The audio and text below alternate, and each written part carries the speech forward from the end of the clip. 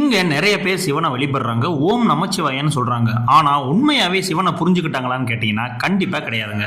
ஏன்னா சிவனோட ஒவ்வொரு விஷயத்துக்கு பின்னாடியும் ஒரு ஆழமான அர்த்தம் இருக்கு.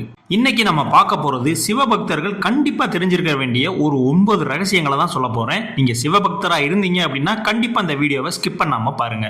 முதல் ரகசியம் என்னன்னா, சிவன் ஏன் சுடுகாட்டுல வாழ்றாரு அப்படின்ற மாதிரியான ஒரு கேள்வி இருக்குல்ல, அதற்கான பதில தான் நம்ம பார்க்க போறோம். மற்ற கடவுள்கள் எல்லாரும் அழகான கோவில்கள், தேவலோகம், தங்க அரியணை அப்படின்னு இருக்கும் போது சிவபெருமான் மட்டும் ஏன் சுடுகாட்டுல வாழ்றாரு? இந்த கேள்வி சிவபக்தர்கள் பல பேருக்கு இருக்குங்க.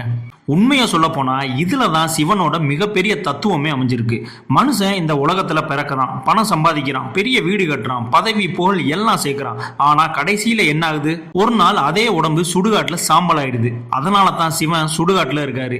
நீ எவ்வளவு பெரிய ஆளா இருந்தாலும் இந்த வாழ்க்கை உனக்கு நிரந்தரம் இல்லை அப்படின்னு நினைவூட்டிக்கிட்டே இருக்காரு. அதனால தான் சிவனுக்கு எப்பவுமே அகம்பாவம் பிடிக்காதுன்னு சொல்லுவாங்க.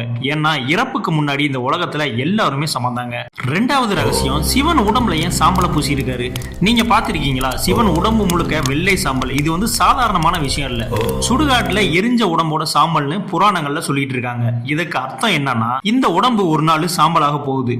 நாம இவ்வளவு அழகா, ஸ்டைலா, பெருமையா இதெல்லாம் வச்சு பெருசா நினைச்சாலும் கடைசியில ஒரு கைப்பிடி சாம்பலை தான் ஆக போறோம். அதனால தான் சிவன் உடம்புல எப்பவுமே சாம்பல் பூசி இருக்காரு. நிலையில்லாத வாழ்க்கைக்காக அதிக அகம்பாவம் வேண்டாம் அப்படின்னு இன்னமும் சொல்லிக்கிட்டே தான் இருக்காரு. மூணாவதா பாத்தீங்கன்னா, நந்தி காதுல ஏன் வேண்டுதல் சொல்றாங்கன்னு தெரியுமா? நீங்க சிவன் கோயிலுக்கு போனா ஒரு விஷயம் கண்டிப்பா பார்ப்பீங்க. மக்கள் எல்லாரும் நந்தி காதுல போய் ஏதோ சொல்லிட்டு இருப்பாங்க. சின்ன பசங்கள்ல இருந்து பெரிய பசங்க வரைக்கும் இந்த வேலையை செஞ்சுட்டு இருப்பாங்க. ஏன்னா நந்தி சாதாரண காலம் இல்லைங்க. அவன் சிவனுடைய மிகப்பெரிய ஒரு நண்பன்.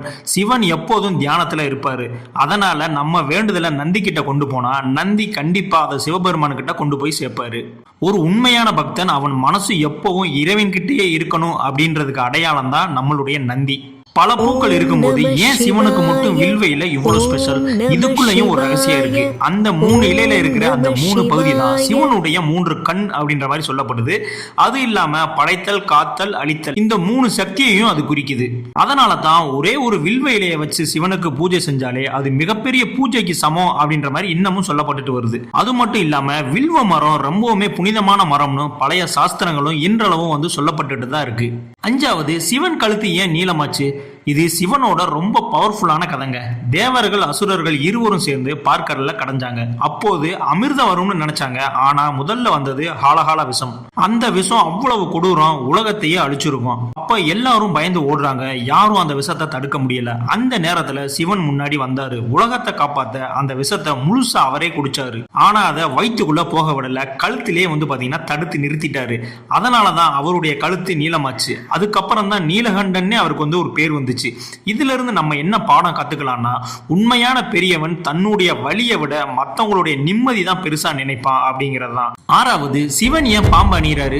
சாதாரணமான பாம்புனா எல்லாருக்குமே பயம்தான். ஆனா சிவன் அதையே கழுத்துல மாலையா போட்டிருக்காரு. ஏன்னா பாம்பு என்பது எதை குறிக்கும் தெரியுமா? மரணம், காலம், பயம். இந்த 3ஐயும் சிவன் கட்டுப்பாட்டுக்குள்ள இருக்கு அப்படின்றதான் இதற்கு அர்த்தம். இன்னொரு விஷயமும் இருக்கு.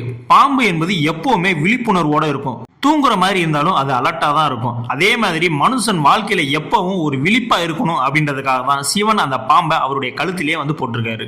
ஏழாவது, மகா சிவராத்திரியில ஏன் தூங்கக்கூடாது? வருஷத்துல ஒரே ஒரு நாள் சிவபக்தர்கள் முழு இரவும் தூங்காம இருப்பாங்க. அதுதாங்க மகா சிவராத்திரி. ஆனா ஏன் தூங்கக்கூடாது அப்படின்ற மாதிரி ஒரு கேள்வி இருக்குல்ல. இதுக்கு பின்னாடி ஆன்மீக காரணங்களும் இருக்கு. அந்த இரவு தான் பிரபஞ்சத்தோட சக்தி அதிகமா இருக்குன்னு நம்புறாங்க. அதனால அந்த நேரத்துல தியானம் செஞ்சு ஓம் நமச்சிவாயான்ற மந்திரத்தை நம்ம உச்சரிச்சோம்னா மனசுக்கு அமைதி கிடைக்கும்னு சொல்றாங்க. அது மட்டும் இல்ல, நம்ம மனசுல இருக்கக்கூடிய வேண்டுதலும் பலிக்கும் அப்படின்னு சொல்லப்படுது. எட்டாவதா பாத்தீங்கன்னா, சிவனோட 3வது கண்ணு உண்மையிலே என்ன? சிவனுக்கு 3 கண்கள் இருக்குன்றது எல்லா சிவபக்தர்களுக்கும் தெரியும். சிவனோட அந்த 3வது கண்ணு ரொம்பவுமே ஒரு மிஸ்டீரியஸான விஷயங்க. அந்த கண்ணை திறந்தா இந்த உலகமே அழிஞ்சு போயிடும் அப்படின்ற மாதிரி இன்றளவும் நம்பப்படுது. ஆனா அது வெறும் அழிவு மட்டும் இல்லைங்க, அது ஒரு ஞானத்தினுடைய அடையாளம். நம்மளுடைய 2 கண்கள் வெளி உலகத்தை பார்க்கும். ஆனா 3வது கண்ணு உண்மையை மட்டும்தான் பார்க்கும். பொய், அகம்பாவம், தீமை இது அதிகமா போனா அந்த கண் திறக்கும்னு புராணங்கள் சொல்லுது. அதாவது உள்ளிருக்கும் இருளை அழிக்கிறதுக்கான சக்தி தான் அந்த 3வது கண். கடைசியா ஓம் நமச்சிவாய மந்திரத்தினுடைய ரகசியத்தை பார்க்க போறோம். பல பேர் தினமும் ஓம் நமச்சிவாயன்னு சொல்லுவாங்க. ஆனா அதற்கான அர்த்தம் என்ன தெரியுமா? நிலம், நீர், நெருப்பு, காற்று, ஆகாயம், இந்த உலகத்துல இருக்கக்கூடிய 5 பஞ்சபூதங்களையும் அது குறிக்குது. அதனால தான் இந்த மந்திரம் சொல்லும் போது உடம்புலயே ஒரு வைப்ரேஷன் ஃபீல் ஆகும்னு சொல்லுவாங்க. அது மட்டும் இல்லாம இந்த மந்திரம் மனசை அமைதிப்படுத்தணும்னு பல சித்தர்கள் இப்பவும் சொல்லிக்கிட்டு தான் இருக்காங்க. சிவன் வெறும் கடவுள் இல்ல, வாழ்க்கையோட உண்மையை கற்றுக் கொடுக்கிற ஒரு குரு. அவருடைய ஒவ்வொரு வடிவமும் ஒரு பாடம், ஒவ்வொரு ரகசியமும் ஒரு வாழ்க்கை உண்மை. அதனால தான் சிவனை புரிஞ்சுக்கிட்டவங்க வாழ்க்கையும் புரிஞ்சுக்க ஆரம்பிச்சுடுவாங்க. இந்த உலகத்துல எல்லாமே ஒரு நாள் அழியும், ஆனா ஓம் நமச்சிவாயன்ற சொல்ற அந்த உணர்வு மட்டும் எப்பவுமே அழியாது. நீங்க சிவபக்தரா இருந்தீங்க அப்படின்னா கண்டிப்பா ஓம் நமச்சிவாயா அப்படின்னு நம்மளுடைய கமெண்ட் செக்ஷன்ல கமெண்ட் பண்ணிட்டு போங்க.